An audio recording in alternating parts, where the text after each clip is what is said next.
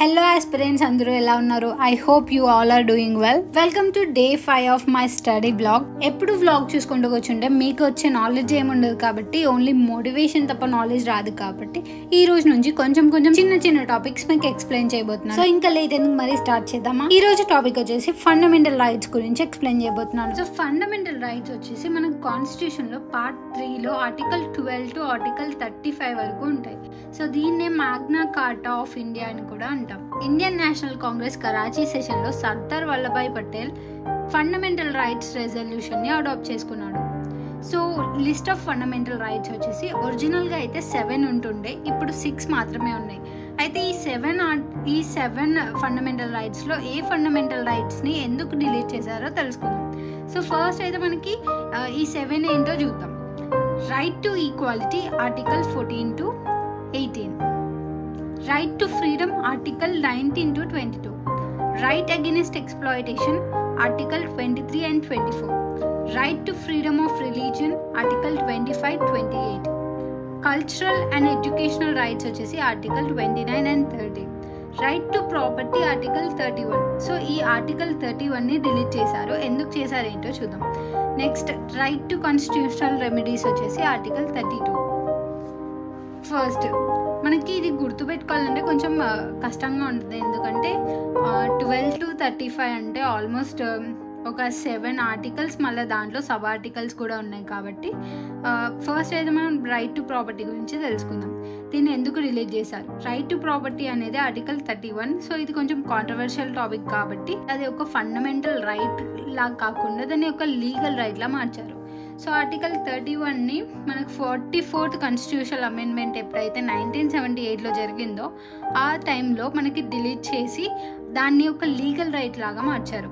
So ఈ legal right వచ్చేసి మనకి ఏ పార్ట్లో ఉంది కాన్స్టిట్యూషన్లో అంటే పార్ట్ 12లో 300A ఆర్టికల్లో ఉంది. అసలు మరి ఫండమెంటల్ రైట్ అంటే ఏంటి, లీగల్ రైట్ అంటే ఏంటి ముందు చూద్దాం. సో ఫండమెంటల్ రైట్ అంటే supreme court can approached directly. So ఈ ఫండమెంటల్ రైట్ నీకు వయలేషన్ జరిగింది అనిపిస్తే నువ్వు డైరెక్ట్గా సుప్రీం కోర్ట్ని అప్రోచ్ చేయొచ్చు.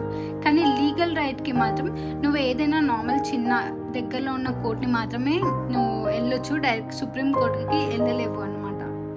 సో లీగల్గా నీకు రైట్స్ ఉంటాయి కానీ ఇది నీకు నీ హక్కు అని చెప్పుకోలేవు దాన్ని.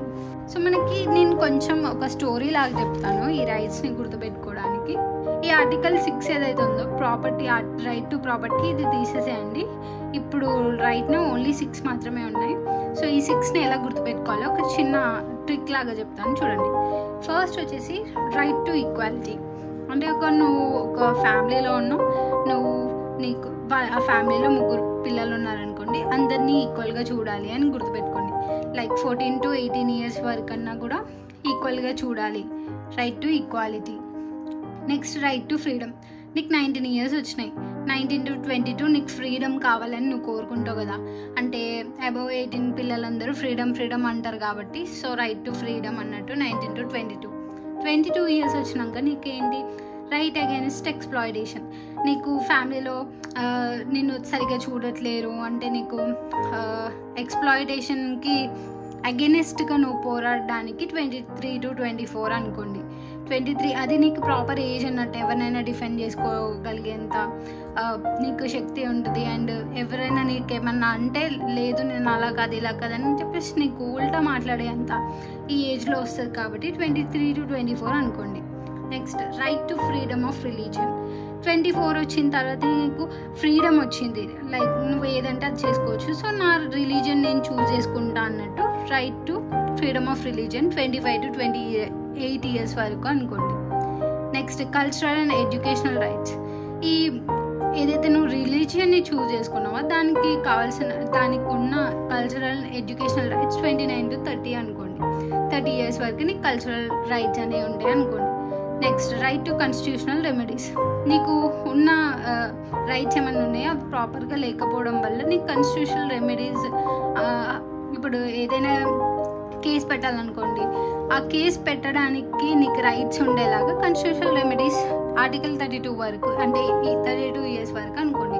ఇలా ఏదో సిల్లీ స్టోరీ అయితే రాశాను, మీకు అర్థమైందో లేదో నాకు తెలీదు. ఒకవేళ అర్థమైతే ఓకే అనిపిస్తే నాకు కామెంట్ చేయండి, లేదంటే ఇంకో డిఫరెంట్ స్టోరీ చెప్పడానికి ట్రై చేశాను. సో ఇది అనమాట ఫండమెంటల్ రైట్స్. సో ఫస్ట్ మనకు టాపిక్ వచ్చేసి రైట్ టు ఈక్వాలిటీ. ఈరోజు ఓన్లీ రైట్ టు ఈక్వాలిటీ మాత్రమే చెప్పుకుందాం. సో ఆర్టికల్ 14 to 18 మనకు రైట్ టు ఈక్వాలిటీ. ఆర్టికల్ 14 ప్రకారం ఏంటి? Equality before law and equal protection of laws. అంటే లా ముందు అందరూ ఈక్వల్ అండ్ ఈక్వల్గా ప్రొటెక్షన్ దొరుకుతుంది అని అర్థం. Next article 15 prohibition of discrimination on grounds of religion, race, caste, sex or place of birth. అంటే నువ్వు ఎక్కడ పుట్టావు, ఏ ప్లేస్లో పుట్టావు, నీది ఏ కులం, ఏ మతం అనేది, ఏ క్యాస్ట్, ఏ రేస్, నువ్వు బ్లాకా వైటా ఏది పట్టించుకోకుండా నీకు ఇలాంటి మాటలు మాట్లాడుకుంటూ దాన్ని మొత్తానికి ప్రొహిబిట్ చేసేసారనమాట. అంటే నువ్వు ఎవరినైనా కించపరిస్తే కనుక అది కేసు అయిపోతుంది. ఇప్పట్లో డిస్క్రిమినేట్ చేయలేవని చెప్పేసి ఆర్టికల్ 15. ఆర్టికల్ 16 ప్రకారం ఏంటి? Equal of opportunity in matters of public employment. Like నీ గవర్నమెంట్ ఎగ్జామ్స్ నడుస్తున్నాయి అనుకోండి, దాంట్లో ఈక్వల్ ఆపర్చునిటీ అనేది ఉండాలి. అంటే నీ క్యాస్ట్ని బట్టి ఆపర్చునిటీస్ ఇవ్వకుండా లైక్ అందరికీ ఈక్వల్గా ఆపర్చునిటీస్ ఇవ్వాలి అని ఉంటుంది. బట్ స్టిల్ బ్యాక్వర్డ్ క్లాసెస్ అనేవి అప్పట్లో ఉంటుండే కాబట్టి కొందరు అంటరానితనం అని చెప్పి అది ఇది అని చెప్పేసి ఉంటుండే, ఈక్వల్గా ఎంప్లాయ్మెంట్ అనేది ఉండకపోతుండే. కాబట్టి కొన్ని బెనిఫిట్స్ ఇవ్వడానికి కొన్ని క్యాస్ట్లకి మనకి ఇలా రిజర్వేషన్ అనేది వచ్చింది. బట్ నార్మల్గా అయితే ఈక్వల్ ఆపర్చునిటీ అనేది ఉండేది. బట్ ఇంకా కొందరు పడిపోయిన వాళ్ళని లేపడానికి, లైక్ చిన్న చిన్న క్యాస్ట్ వాళ్ళని కొంచెం ఆపర్చునిటీస్ ఇచ్చి లేపడానికి మనకి ఇలా రిజర్వేషన్ అనేది తర్వాత వచ్చింది. Next article 17 abolition of untouchability. ఇప్పుడు చెప్పాను కదా, లైక్ చిన్న క్యాస్ట్ వాళ్ళని అంటరానితనం అని చెప్పేసి వాళ్ళని ముట్టుకోకూడదు, వాళ్ళని ఎక్కడికి రానియకుండా ఇలా చేస్తుండే వాళ్ళు. కాబట్టి దీన్ని అబాలిష్ చేసేసాలి, అందరిని ఈక్వల్గా చూడాలని చెప్పేసి ఆర్టికల్ 7 కింద అబాలిషన్ ఆఫ్ అన్టచబిలిటీ అనేది వచ్చింది. నెక్స్ట్ ఆర్టికల్ 18 ఏంటి? Abolition of titles.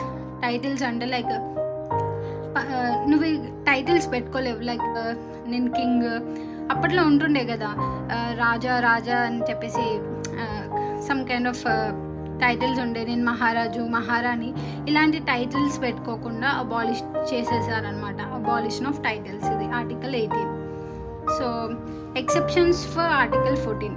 So article 14 ఏదైతే ఉందో ఈక్వాలిటీ బిఫోర్ లా అని చెప్పేసి ఉంది కదా, దీంట్లో కొన్ని ఎక్సెప్షన్స్ ఉన్నాయి. ఎవరికి ఎక్సెప్షన్స్ ఉన్నాయి? President and governor are not answerable to any court. So president and governor, president ఎవరు? స్టేట్కి హెడ్ ప్రెసిడెంట్, కంట్రీకి హెడ్ ప్రెసిడెంట్ అండ్ స్టేట్కి హెడ్ గవర్నర్, వీళ్ళు ఉంటారు కదా, వీళ్ళు not answerable to any court. Like supreme కోర్టుకి కానీ హైకోర్టుకి కానీ వాళ్ళు ఆన్సరబుల్ కాదు. So no criminal proceeding. వాళ్ళు ఏదైనా క్రిమినల్ పని చేసినా కూడా వాళ్ళకి డైరెక్ట్గా లైక్ నువ్వు వెళ్ళి వాళ్ళని అరెస్ట్ చేయలేవు. నువ్వు పదవిలో ఉన్నంత వరకు వాళ్ళ పదవికి నువ్వు గౌరవించాల్సి వస్తుంది. సో నో సివిల్ ప్రొసీడింగ్స్ కూడా ఉండవు. సో ఫస్ట్ వాళ్ళకి నోటీస్ అనేది ఇచ్చి వాళ్ళు రిజైన్ చేసిన తర్వాత then you can punish them. So like also for ambassadors, రాజదూతలు ఉంటారు కదా, రాజదూతలకు కూడా ఇలాంటివి ఎక్సెప్షన్స్ అనేది ఉంటుంది. ఏంటి? ఆర్టికల్ 14 ప్రకారం అందరు ఈక్వలే లా ముందు, only except president and governor, వీళ్ళకి మాత్రం కొన్ని ఎక్సెప్షన్స్ ఉంటాయి. So that's it for the day guys. మీకు అర్థమైందని అనుకుంటున్నాను. ఒకవేళ అర్థం కాకపోతే నాకు కమెంట్ చేసి అడగండి, నేను మీకు రిప్లై చేయడానికి ట్రై చేస్తాను. ఐ హోప్ మీకు ఈ వీడియో నచ్చిందని అనుకుంటున్నాను, కొంచెమైనా వాల్యూ పొందారని అనుకుంటున్నాను. If you like this video don't forget to like, share, subscribe. By by.